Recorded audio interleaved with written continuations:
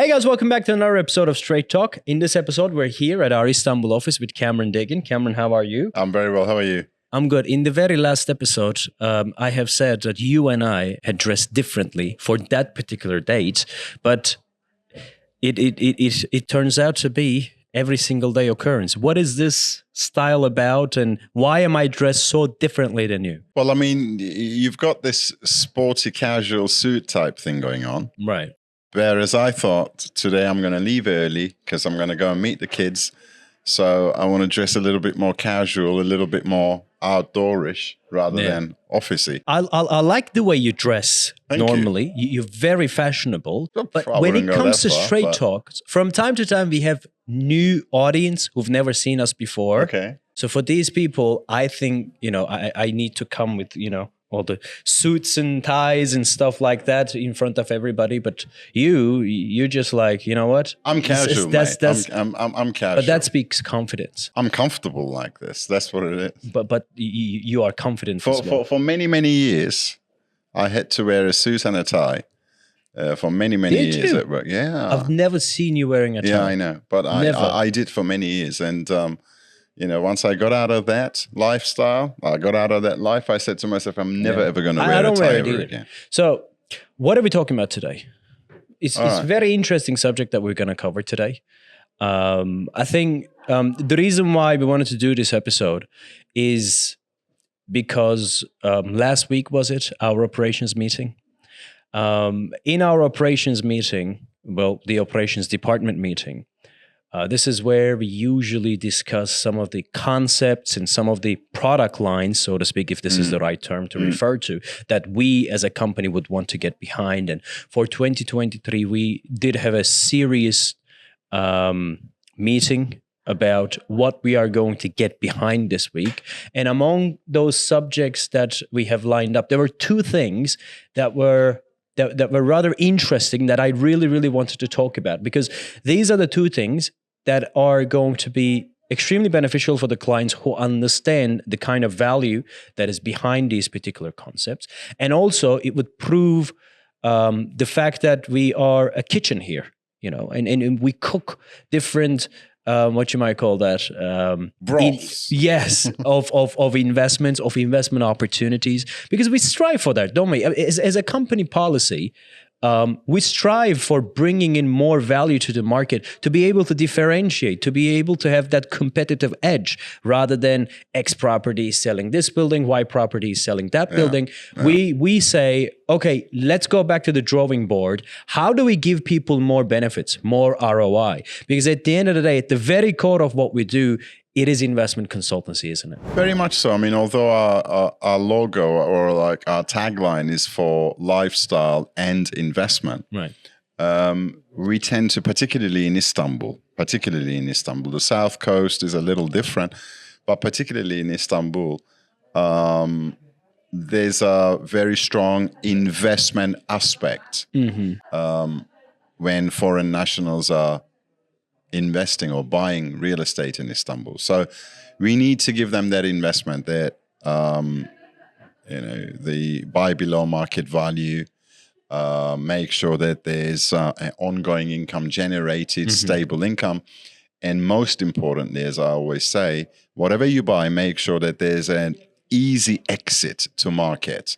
Because at the end of the day, if you can't sell, everything is on paper. Yeah, right. I made a lot of profit, but it's on paper. Right. So what we try to focus on is real estate investments that are easy to exit. Yes. And profitably too. And make sense as well. The ones that has to make sense as well. Of course. In the last meeting, we have talked about a few things. One of the things is something that you term it as CBH. And the other one is the Funding Turkey, the asset management company, which we have obtained the license for last year, which is slowly becoming operational. And I basically thought that we should talk about these things so that our audience should know and explain how these two things would come together for maximum profit. So what is CBH? Now, the CBH is commercials, buildings, and hotels, particularly small boutique hotels. Now, we always had such things in our portfolio. And we brokered quite a few deals, whether it's small to medium-sized hotels or selling buildings in Beyoğlu, Şişli, areas like that. However, as a company, we never really and truly set up a dedicated department with a dedicated resource and man on the ground who are dedicated to finding the right opportunities in that segment, whether they're commercial buildings or upper fixer type buildings that we can acquire, renovate, add value, put back on the market, or retain for X number of years for strong income generation, then with a profitable exit. And small hotels, which we know is certainly a growth segment in the overall real estate market in Turkey. Right. So this year, we want to get behind these in a very solid way. In those particular product lines that you just talked about, buildings and small hotels, how does one make gains over and above, let's say, compared to residential real estate? Can you elaborate on that with a few examples of how that can come to reality? Now, you're looking at a sizable investment here. Right. I would say with a decent quality building, then you're looking at a minimum of $1 million to get in. Mm-hmm. Then you will spend a little bit of money to add value to it, either to modernize it, renovate it, to do it up into the style and quality that you would want. So you're looking at an investment between $1 to $1.5 million.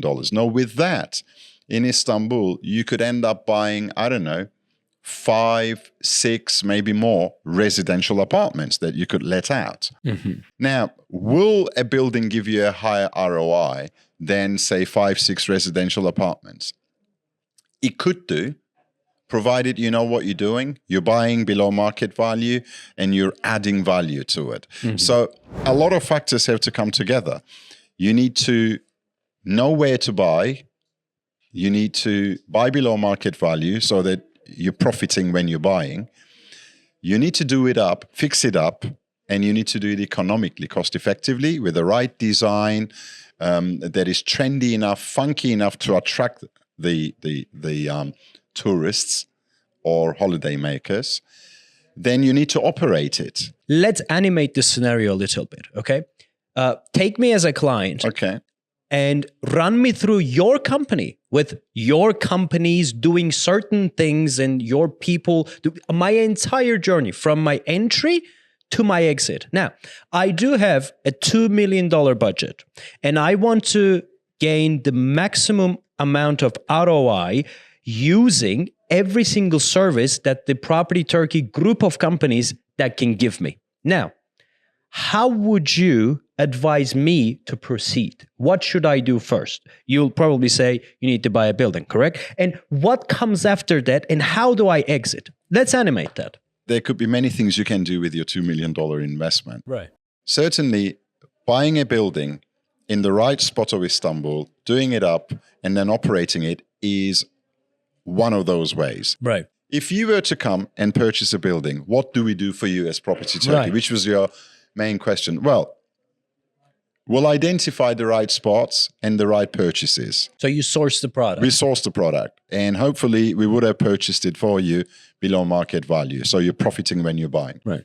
The second thing, hardly any product that you're going to buy below market value will come turnkey, ready to move. Mm-hmm. The reason it's below market value is probably because there's something that needs to be done or value can be added to it. And the current incumbents, the current owners, either are unwilling or unable to do so. Right. Now, that's the opportunity you have to buy that. That's how I buy below market. Exactly. Right. But then what we need to do is we need to bring our designers, our architects, the team upstairs, right. Designer Turkey, all in-house. We need to bring our own architects and designers and take a view as to what can we do with this particular building in this particular part of Istanbul, in line, in harmony with the landscape of that area, but to stand out, to be more funky, to be more trendy. Right. These days, premiums are on funky business. Whatever you do, it has to be funky. Now, funky meaning trendy, contemporary, interesting. So people will want to spend time there. They want to look at it. They want to enjoy the architecture. They want to enjoy the ambience. That's the funkiness of it. Not extraordinary, but out of ordinary. Funky. Stand out. So, we bring our architects, our designers, we come up with a proposal as to how to funk it up, how to modernize it, how to renovate it. We agreed with you. Then we do it. Right. And then once we finished it, it's ready to go. Then it's time to furnish it tastefully. Again, in line with the concept. Right. Then the building is ready. Then what do we do with it? Let me tell you what I want to do with it. So you advise me. All right. So I have two things in my mind. I want to know both outcomes. Then I'm going to make my decision. My first thing that I would want to do is to divide it up into single title deeds and sell those apartments after doing that. So the second one is that I would want to keep the entire thing and do short-term rentals. Yes. Now, how do I do both? Let's start with the first one and we'll get to the second one. To split one title deed into 10 different title deeds, each apartment having its own title deed and a share of the common areas, just like an apartment would do, is not an easy thing to do. Chances or the possibility of being able to do that is around 10%. So what I'm trying to say is 90% you will not be able to do that. Right. Okay, so you're going to have to keep it as a building, operate it as a building, whether you do short-term lettings or long-term lettings. And when you come to sell it, then you're going to sell it as a package investment, as one building. Okay. Well, if you wish to sell it immediately, then you come to us again, and then we shall market it and we shall sell it. So we are your exit again as Property Turkey. Right. Now, the interesting thing is, here is really what you should be asking. I had $1 million question in my mind. I was going to get into it. Here is the $1 million question, but let's see if that is that. Let's go. Let's go. If you were to go and buy 10 apartments in Istanbul today and put them to rent, if you're buying 10 apartments in 10 different places, you're going to be doing long-term lettings because to manage 10 apartments Airbnb style is a nightmare. Nightmare. On long-term lettings, you will average around 4.5 max 5% rental income. On a property that currently exists in the market, ready to be rented out, desirable as it is. You will generate around 4.5 to 5% per annum rental income. Now, the building that we've just done up for you, which has 10 apartments in one block, which we are then putting a management over that building. We probably put someone full-time there. Right. And we rent it out short-term lettings. Now, you can easily walk away with 7-8% rental returns per annum, net in your pocket. That's very conservative. It could be higher, net in your hand, I'm saying net, because there are costs of running an operation like that after all those costs. Now, this is almost double the rental income you would generate by simply and traditionally letting out your apartment on long-term lettings. Can I tell you another benefit of that? Go on. Another benefit of short-term rentals. Now, in Turkey, we have, how to term this? I don't want to say tenant problem, but I want to say bringing in tenants stay long-term. You know, the Turkish lira might depreciate and you might find yourself in a situation where you would want to get a new tenant in with the new market rate, but the current tenant wouldn't want to leave and you might find yourself in courts dealing with it, whatever. And it will be harder to sell because that tenant has been there and the tenant is paying below market average. This way, as and when you want to sell your properties, it's freehold, no tenant. You can exit it when you want. Makes it much easier to exit. Right. And these types of buildings, again, at the right spot, at the right location, with the right concept, could be very, very profitable.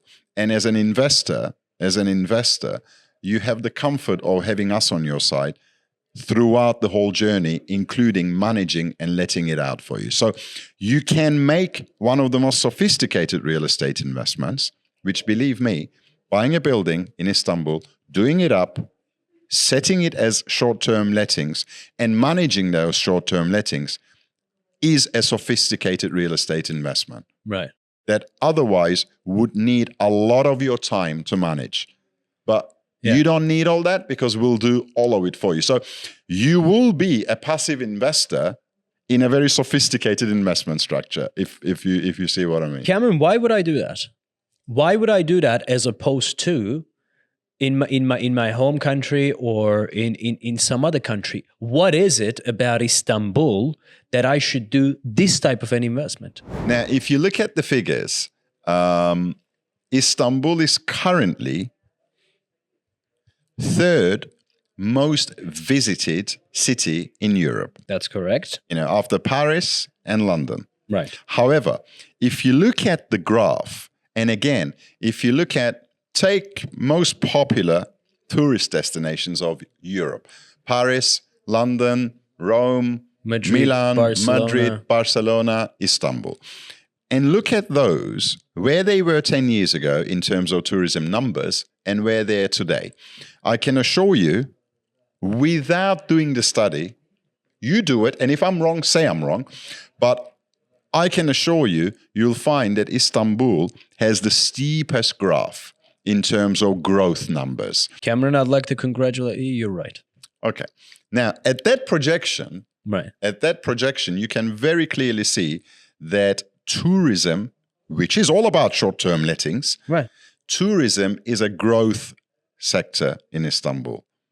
And the growth rate is higher than any other city in Europe. Correct. And we know that the preferences of international travelers is moving away from large-scale hotels to self-contained private space, home away from home concept. So the bottom line is Istanbul is on a sharply growing graph. Yeah. And short-term lettings as a segment internationally is a growth segment. So you have two growth segments intersecting, Istanbul and short-term lettings. So you putting your money in a building, doing it up to run it as an Airbnb is likely to give you a higher ROI than you taking the same amount of money and buying 5 to 10 residential apartments. Can I support you with some data? Please. Here I have the tourism numbers and tourism total income of Istanbul year on year. What I see is that back in 2019, Istanbul peaked at 15 million visitors. Okay. Now, this 15 million visitors spent about $10 billion.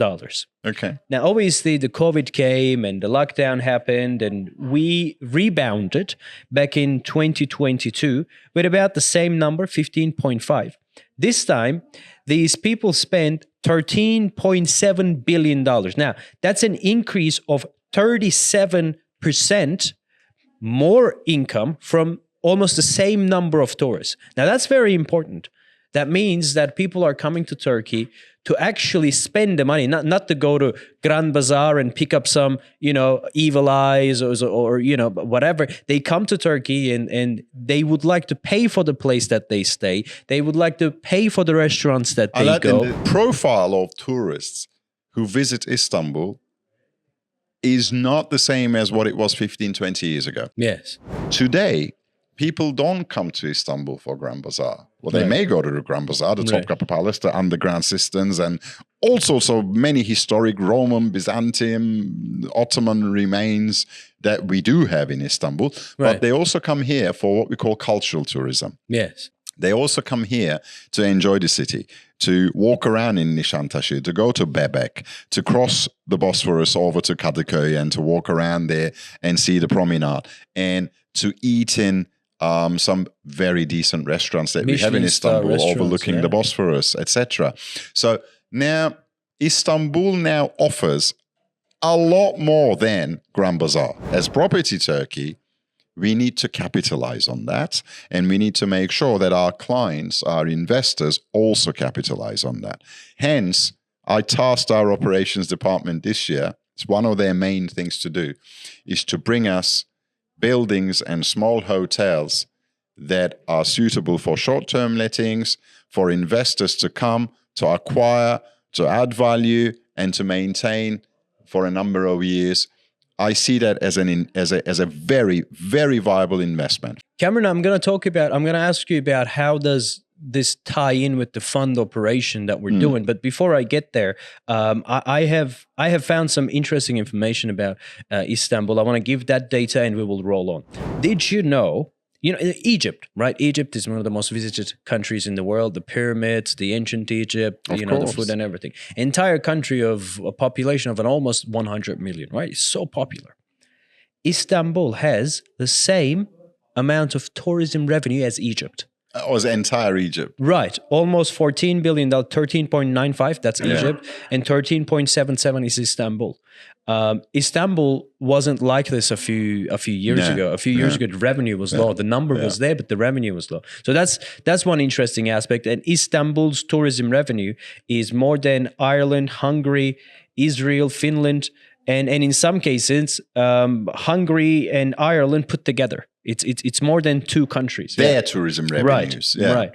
So and one last thing that I have about the occupancy rate of Istanbul, because we're talking hotels, we're talking short-term rentals. The occupancy rate is the deciding factor, the average room per night and occupancy rate. Now, Istanbul's occupancy rate in 2022 was 74.7%, with average room per night of $150, almost double the country average. Now, that's very important because the country average is about $89, $85, and in Istanbul is $150. Now, you are right in saying that Istanbul is stepping up its category, and it's rivaling these, let's say, tourism giants such as Paris, London, where people go and and spend all that money. Istanbul is coming there, especially with the new mega projects that we have, such as the Galata port, the cruise ships, the luxury hotels, luxury tourism. Yes, luxury tourism, residential tourism. Have you seen one of those boats that dock at Galata port? They're huge. When they dock there, they completely block the view of Galata. It's huge. Of the entire Bosphorus. They're 10, 15-story high boats. They probably bring in thousands of people in one shipment. Thousands and thousands of people in one shipment. And this is beautiful because when you look at the tourism agenda of Turkey wants to go for, especially for Istanbul and Bodrum, they want to go for quality rather than the quantity. Now, quantity, they want it, of course, but quality is what they are after. Therefore, the expected tourism revenue of 2023, that's the projection of the tourism ministry, $60 billion. Now, it's $46 billion of this year. And what is expected is $60 billion. That's about 40% increase.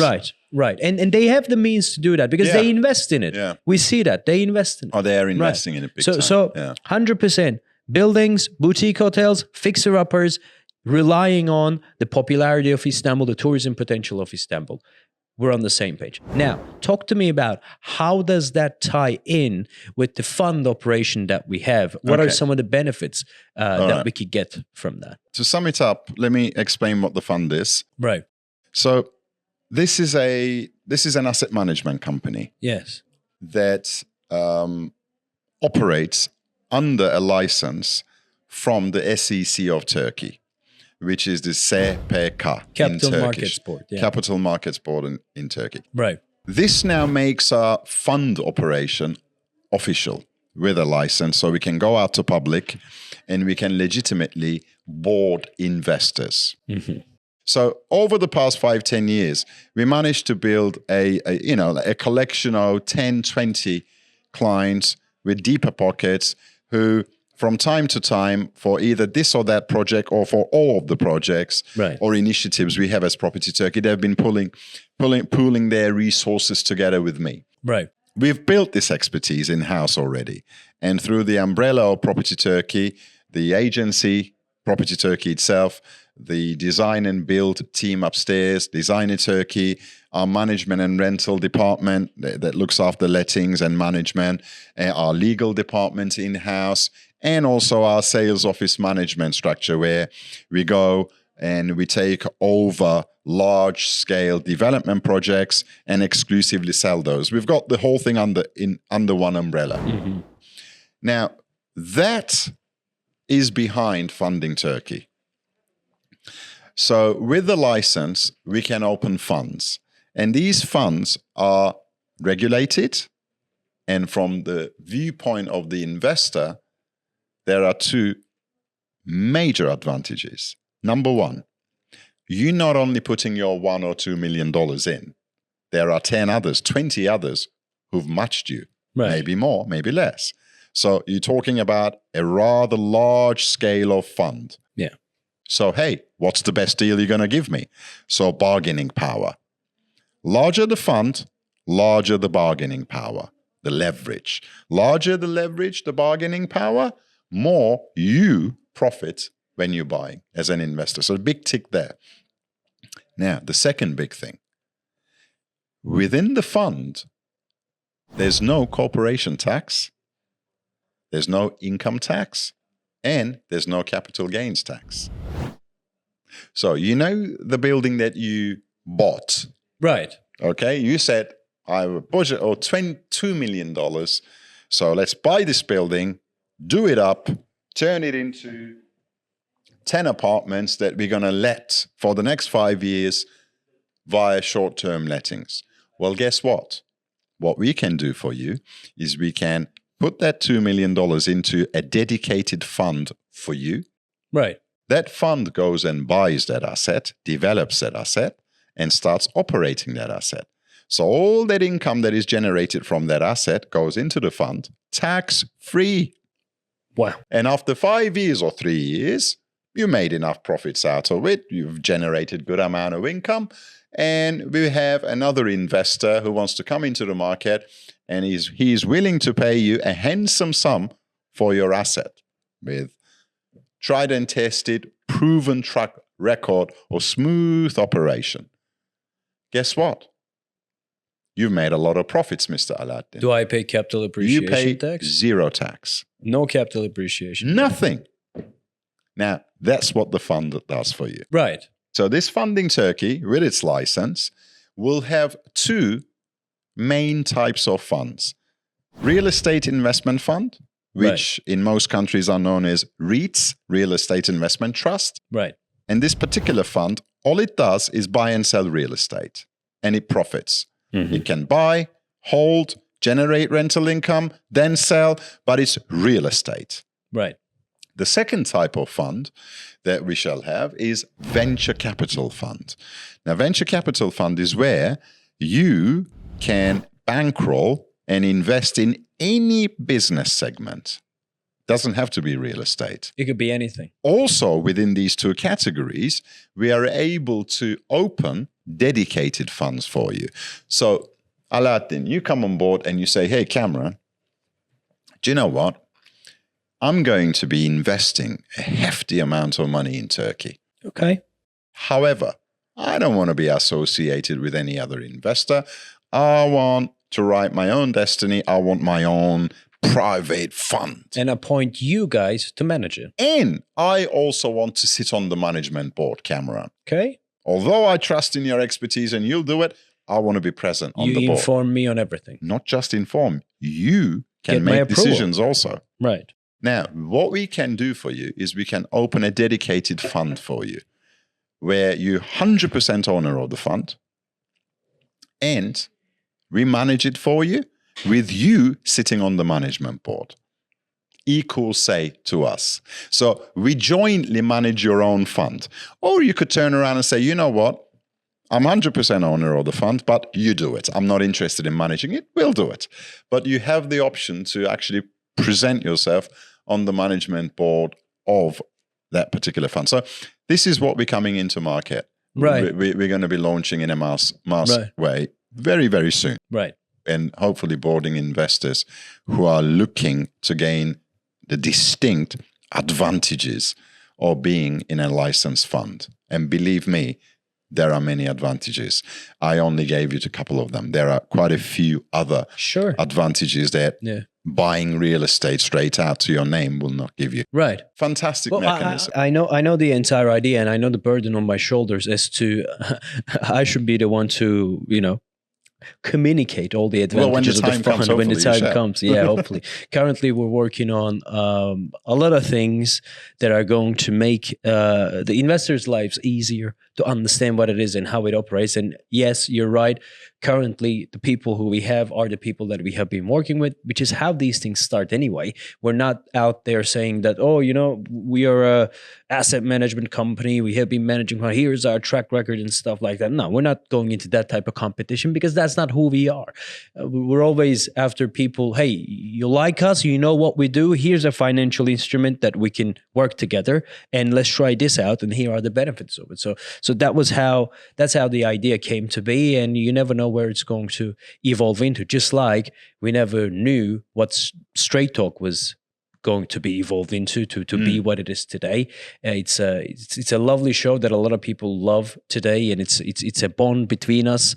Then it's an amazing thing, and I like your contribution to it, and I like your contribution to. You like my socks as well, right? Today. I like your socks, and I like a bit of a mismatch. Many other things that you do, and this amazing information that you just provide to us. No worries. Hey, thank you. Thanks a lot. Guys, thank you very much for watching. And if you're interested in what we just talked about, buildings, hotels, fixer-uppers, the fund management that we talked about, the benefits that it can get, if you're interested in that, please, with this WhatsApp number, reach out to us.